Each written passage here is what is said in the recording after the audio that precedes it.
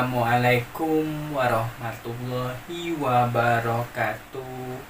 Apa kabar teman-teman semua? Semoga sehat selalu dimanapun berada.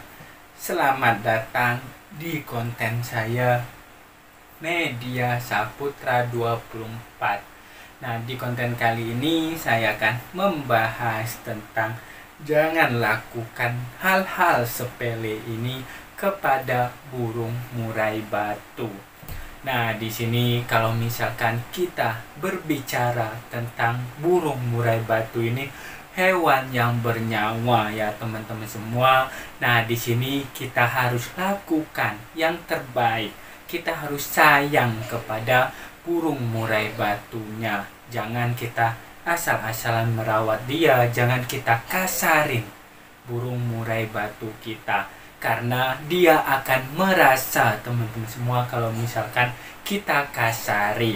Contoh, kalau misalkan teman-teman seperti misalkan kucing datang terus kita misalkan usir, kita pukulin. Nah, besok-besok pasti kucing itu kalau misalkan melihat kita dia langsung kabur karena takut.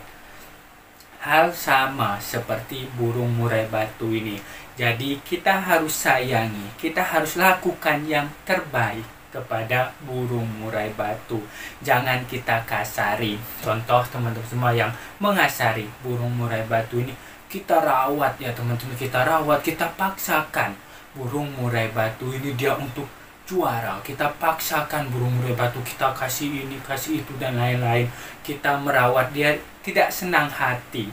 Nah, di sini burung murai batunya ini akan merasa dia kalau misalkan dia tidak dirawat dengan bagus, nanti dia akan dia tidak akan menampilkan yang terbaik juga kalau misalkan kita bisa mengasari burung murai batu. Nah, kadang-kadang memang kita kesel kalau misalkan contoh burung murai batunya ini tidak mau masuk keramba ataupun dia diumbar, kita geprak-geprakin, dia masuk di keramba, kita pegang, kita masukin. Nah, di sini lama kelamaan akan terjadi burung murai batunya ini takut kepada kita. Banyak juga burung-burung murai batu itu misalkan kalau misalkan dia melihat orang lain itu dia bunyi, dia enak. Tetapi kalau misalkan burung murai batu melihat kita langsung gerabakan, gak jelas.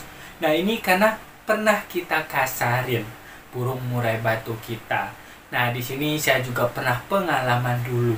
Burung murai batu saya, teman-teman semua itu dia kan saya gantung, saya embunkan. Nah, di situ ada kucing naik. Terus jatuh kan kandangnya itu. Nah, di situ saya bantu. Saya tolongin, saya angkat, saya bersihin, saya benerin dan lain-lain.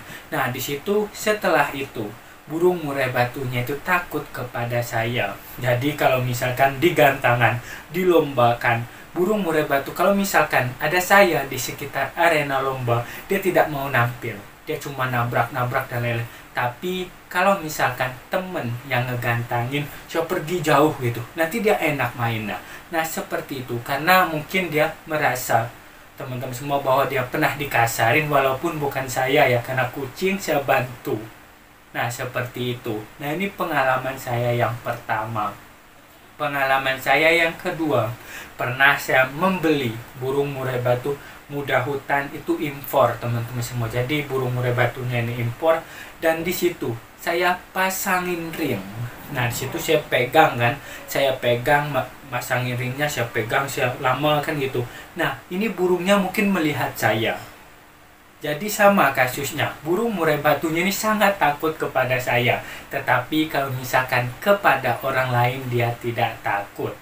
Nah, di sini saya belajar teman-teman semua bahwa kita memelihara burung murai batu ini kita sayangi. Kita benar-benar harus rawat dengan hati-hati. Kita rawat dengan ikhlas. Jangan kita lakukan yang membuat dia ini merasa tersakiti, merasa terancam.